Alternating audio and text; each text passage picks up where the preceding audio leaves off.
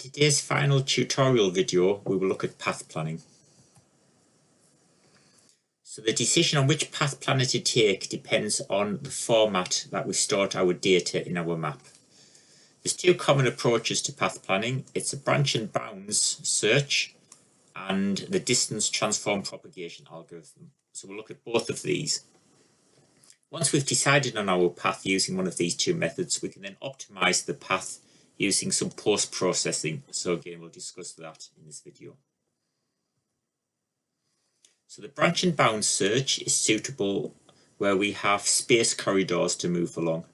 So these are for space maps, either object maps that we've used our Voronoi diagram to work out the space corridors between these objects, and our exact cell decomposition type of maps. What the technique does is considers all possible paths, but it only analyzes the current shortest path. What we have to do is eliminate any paths on the route that are too narrow for the robot to go through.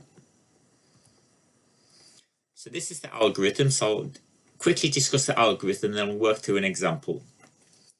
So we take our starting point.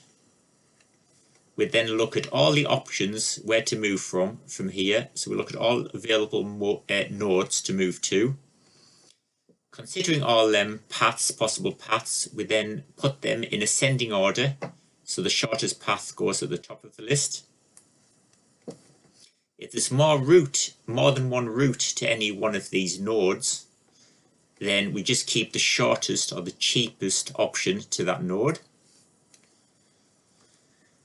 The currently shortest path, what we'll look to do is move away from that point by looking at all possible paths away from that current node. And we keep repeating this procedure until it's not when the goal is reached, it's when the goal is reached and we're looking to move on from the goal. So we then know with the shortest path length. So we keep repeating this procedure until we get to a point where we get to the goal and we want to expand that goal point. So the easiest way of explaining this is to work through an example. So here's our example. We have a starting location here, and here's our goal where we want to go. So there's various options we can go through this to get to that. So what we do is we start here and we look at all the options from where to go. So we can go to A or we can go to B. So we start at S and we can either go to A or B from that point. If you look at the distances, SB is a distance of 8 and SA is a distance of 9. So we'll put our options in ascending order. So SB is the shortest and SA is the longer one. We'll look at the shortest one, which is SB. So we're currently at B. So we'll look to expand from B. So if we're at B here, we've then got the option of going to E. So now we've got two paths defined, S, B to E and S to A. We've put them in order, so now SA is the shortest path. So we'll expand at A. And from A, we can either go to C or go to D. So we'll look at them three options, put them in order of increasing path length, and now SAD is the shortest length.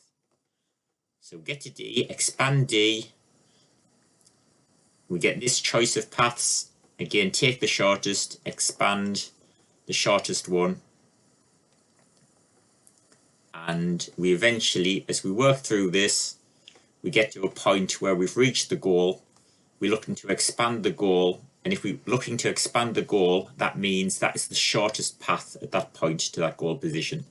And therefore, our answer to this problem is SADG.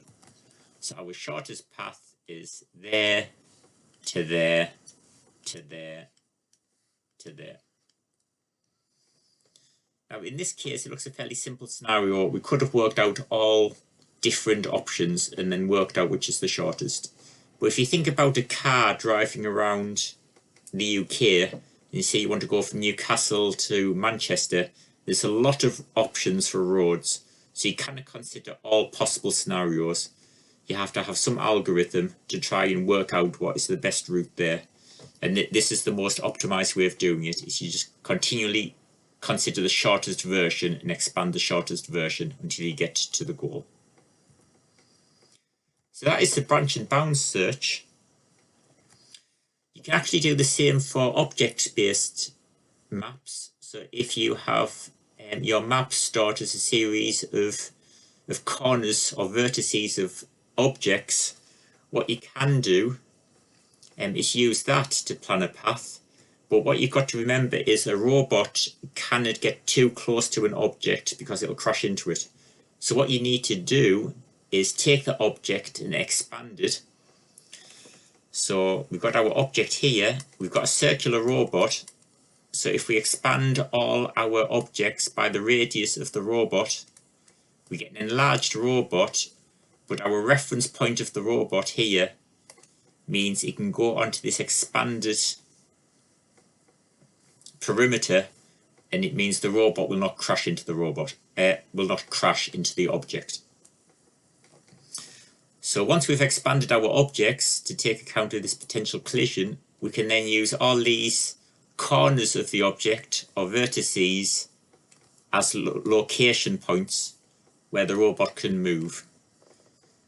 We can then use our branch and bound search to potentially move to these different ones and branch out from that to find the shortest route to the goal. So we'd be expanding from the start position to the various scenarios, consider the shortest one and expand to that to get to the goal. What you've got to consider when moving along paths and corridors is what's called a piano movers problem. So in this case, you can see a robot can move along this path and you can move along this path, but the question is, can it turn at this point? So it's something you should consider when you're designing a robot, is the maneuverability and how it can get around corners. So the easiest scenario is, rather than use a rectangular robot, if you use a circular robot with its center of rotation at the center, then you know this isn't an issue because it'll always have that same profile whether it's moving or turning. So in terms of the piano movers problem, it is quite a complex problem. So if you keep your robot geometry simple, it means you get around that issue.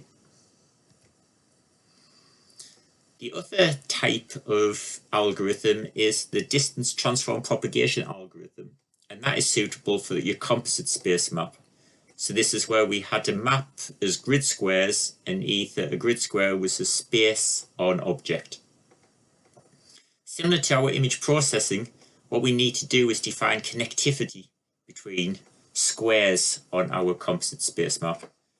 So we can say, given a robot position, a robot can either move horizontally or vertically for 4 connected, or if you're 8 connected, the robot can also move diagonally to adjacent grid squares. Okay, so we'll have a look at 8 connected, but 4 8 connected are both reasonable scenarios.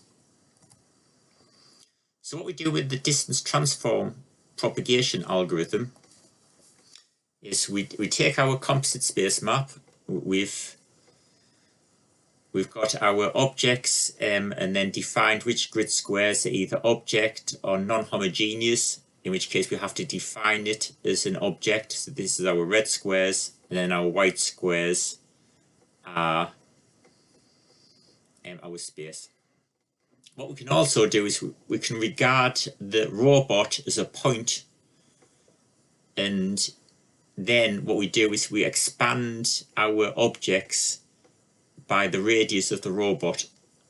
So again, this avoids collisions. If we expand each of our objects by the radius of the robot and make our robot just a point source essentially, then we know the robot isn't going to collide with an object. So this is how the distance transform propagation algorithm works. What you're essentially doing is you're counting how far it is from each location it is to the goal. So this will be 1 square, this will be a value of 1, this will be a value of 2, this will be a value of 3, 4, etc. So that's all you're doing with this algorithm, is counting how many squares you are away from the goal. You kind of do it in this sense, you kind of count away from the goal. You need an algorithm to do this. The way that algorithm works is you set all grid squares to be 1,000, or a high number, so say 1,000, and the goal position to be 0. You then look at each grid square, and in that grid square you calculate possible values that grid square can be by looking at what the neighbour or the next grid square value is, the distance to that next grid square, which is either going to be a value of 1, so 1 step, or if it's diagonal, it's going to be square root of 2. And then you've got a scaling factor. And what the scaling factor does is, if there's an object in that location, then it makes the number stay high, and therefore it avoids the robot taking that path. So you'll see how that works as we work through the example. So we work out new potential values for each grid square, and we try and find the lowest value it can take. Factors, we'll use a factor of 1 if it's space, and we'll use a factor of 1,000 if there's an object in that location.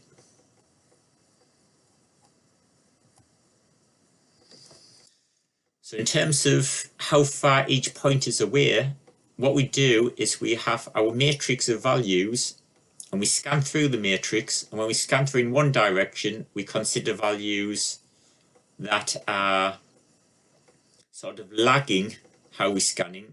So if we're scanning through our matrix and we're considering this value and then this value and then this value, what we'll do is we'll look at adjacent values that are behind and below our current value. And if we're scanning in the other direction, we'll look at adjacent values that are above and behind our current scanning. Okay, and then so we'll calculate new values, and whatever value is the lowest, we'll put in that grid square. So to clarify that a bit more, what we'll do is we'll work through an example. So this is our composite space map from here. So what we've done is we've just filled it in. There's our goal position here. This is our starting position here.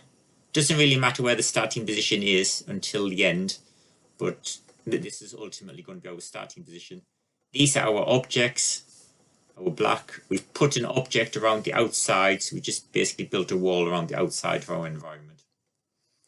And what we're going to do is, this is our factor matrix. So anywhere where there's an object, we've put 1,000. We put 1,000 in that grid square. Anywhere where there's a space, we've just put a 1.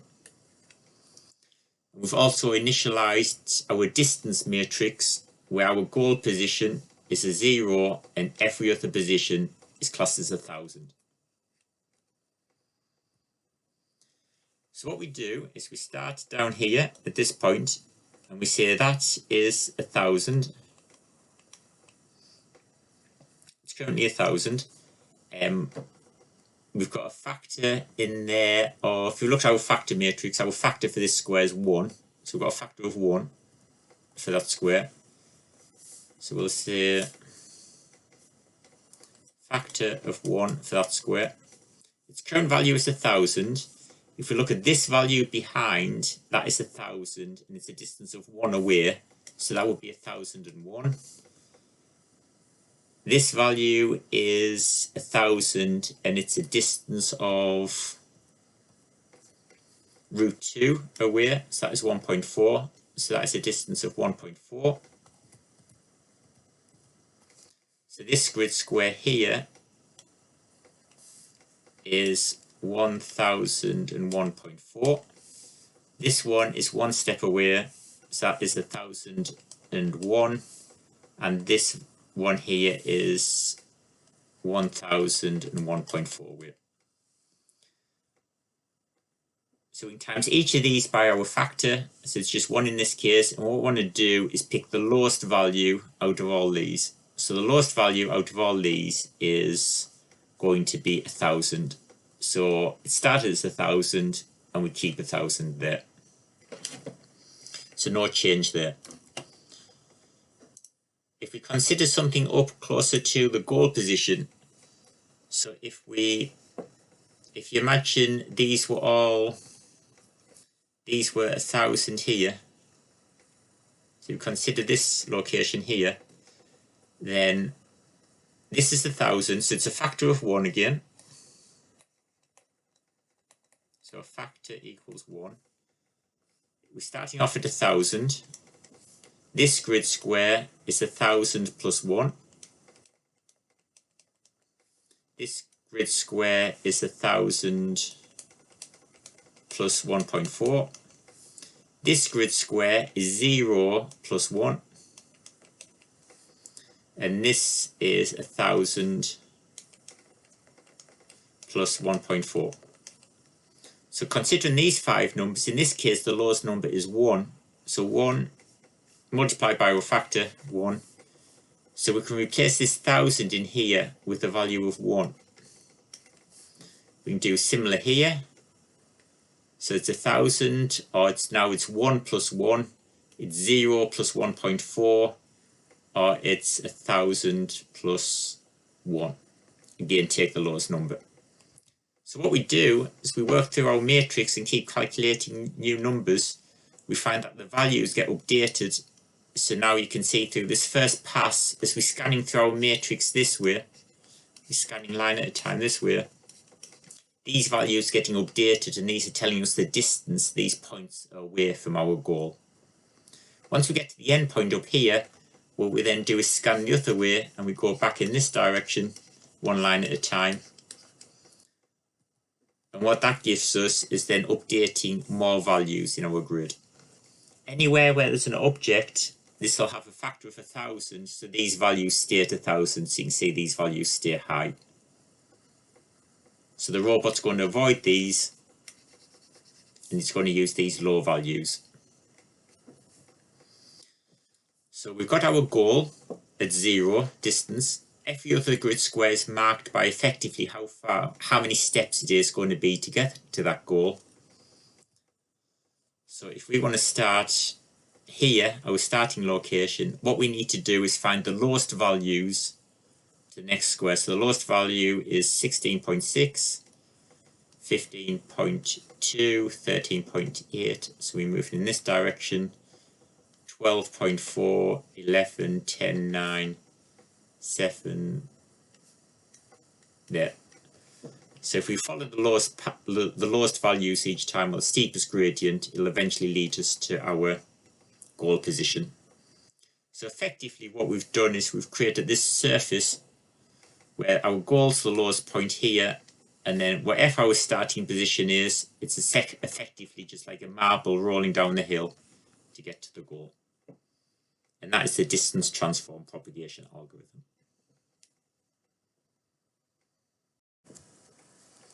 Now that we've found our path, so either using the branch and bound search or the distance transform propagation algorithm, what we can now do is look to optimize that path. So the first thing we'll look at is a smoothing function. What the smoothing function does is it takes the path and works out a cost for that path. And the cost, so a virtual cost, is proportional to the path length. So the shorter the path, the cheaper the cost. However, it also looks at proximity to objects. So the closer it gets to objects, then the more expensive will make the path. So it's a balance between trying to shorten the path and trying to stay away from objects. So what we do is we move our path closer to objects, work out a new cost, and if that cost is better, we keep this new path. If it's worse, we keep the original path. So we can keep repeating this process to try and optimize our path. So we'll look at an example of this. So this is our path. So we might have done this through, for example, a branch and bound search. So our path goes along these lines. This is our start and this is our goal. So what we do is we can join that node to that node. So we're not going to be using this line, but we'll just join that up and we're going to move this closer to that line. So we might say I want to move to the midpoint of that line. We might want to move it, say, 25%. So we'll move it to this position here. So as you can see, this potential position is going to be a shorter path, but it's also closer to the object. So we'll work out a cost for this new optional path. If this cost is cheaper or better than the original path, we'll keep it. So we'll keep it in this case. So that's our new path. We can then do the same for the next node, bring this a bit closer.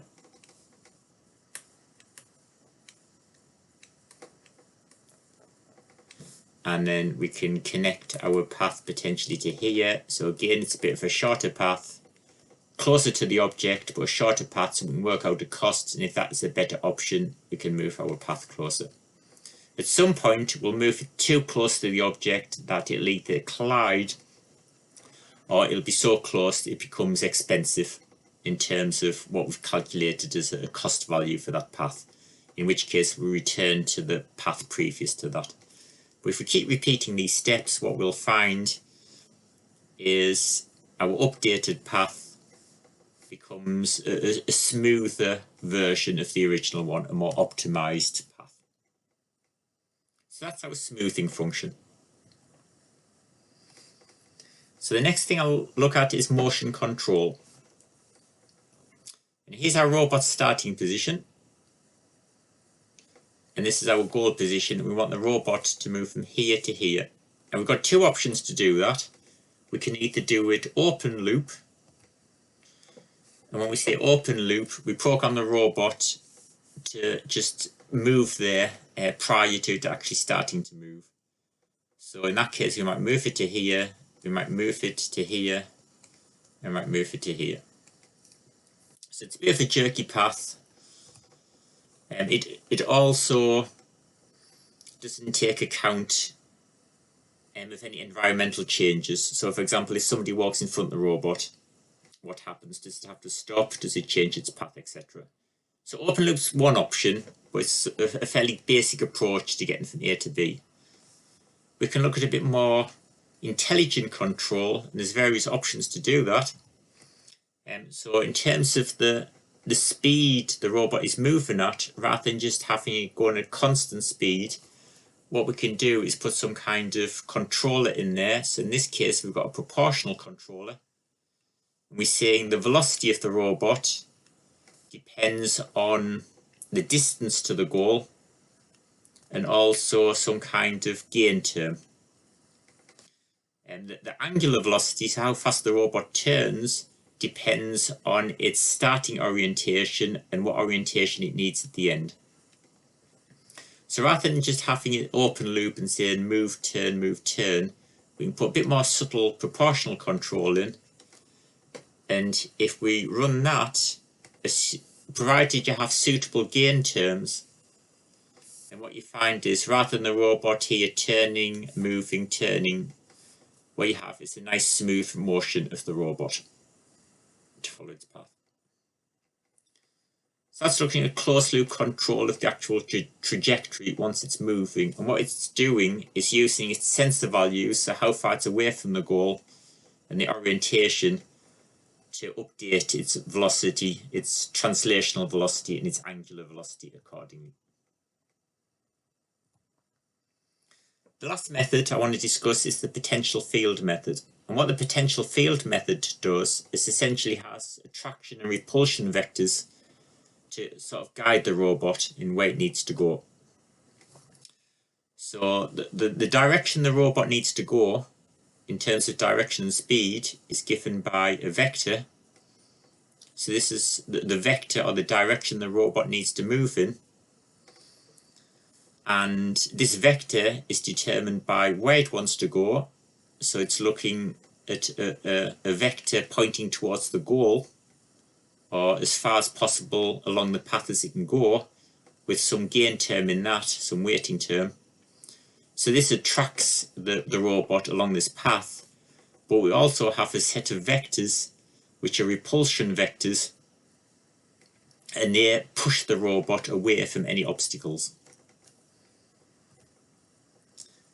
So in terms of the repulsion vector, what we want is a function where each object pushes the robot away, and we could have something like an inverse square law type of relationship. An inverse law. So for example, a 1 over cosh times distance to object term. So as the robot gets closer to an object, this term gets large, and therefore the object is effectively pushing the robot away from it more strongly. So pictorially, what we're doing is we have our robot here. We cannot reach our goal position directly. But what we can do is say, okay, we've got a robot that potentially can move in this direction. So that is our goal, our sub-goal, C sub-goal, and we times that by some scaling factor. So that's the direction we want to move in. However, we've got an object here, and this is pushing the robot away from there, and this object is pushing the robot away.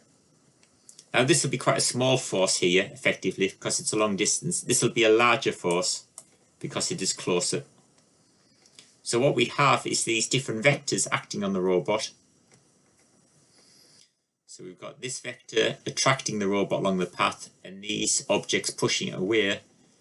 So if we add all these vectors together, we get a resultant vector, which is the direction the robot needs to go. So the robot will go something like this direction. Now remember, as it moves, it'll move to this point. So when it gets to this point, it can redo the calculation. So we get another sub-goal vector, another repulsion vector here and here. So that then alters the path, and we might get a different attraction vector, or a vector in which the robot needs to move. So this direction the robot is moving is constantly changing depending on what the path is in front of it and how close it is getting to the objects. So this determines what the speed of the robot is, and the speed of the robot is pretty much how far or the distance, or the length of this vector it needs to go, and also sort of the maximum speed of the robot. And then given it wants this speed, it is then a question of either accelerating or decelerating to achieve this speed. And again, we use a proportional gain term in there to work out what this acceleration of the robot needs to be. So what we'll find is, if we get these values right, the robot will go to an object and nice and easily track around it, not too close, not too far away, and just an optimized value. But similar to PID tuning and motor speed, if you get the tuning value slightly wrong, if they're too low, it will be effectively underdamped and it will take wide paths around objects. And if you get the gain too high, you essentially get oscillations as it moves around. So similar to tuning the motor speed using a PID controller, you need to get critical damping, so you get good tracking around there, underdamped or overdamped. So there's three options for trying to smooth the path once you have it sort of calculated from your algorithm. So what we've looked at today is navigation. We started with how we store a map. So storing the map is important because we need to update it, and then given that information, we need to use that information to plan paths. So map storage is important, so bear that in mind. We then looked at localization. So we considered the errors involved in measurements. So we always have to consider the uncertainty when we take measurements and try and work around that. But given that uncertainty, we've then got options in terms of a Kalman filter, Markov, or particle filters in order to plan, in order to work out where we are within a map. And then we finally looked at path planning. So we have our map, we know where we are. So given all that, how do we get to our goal position?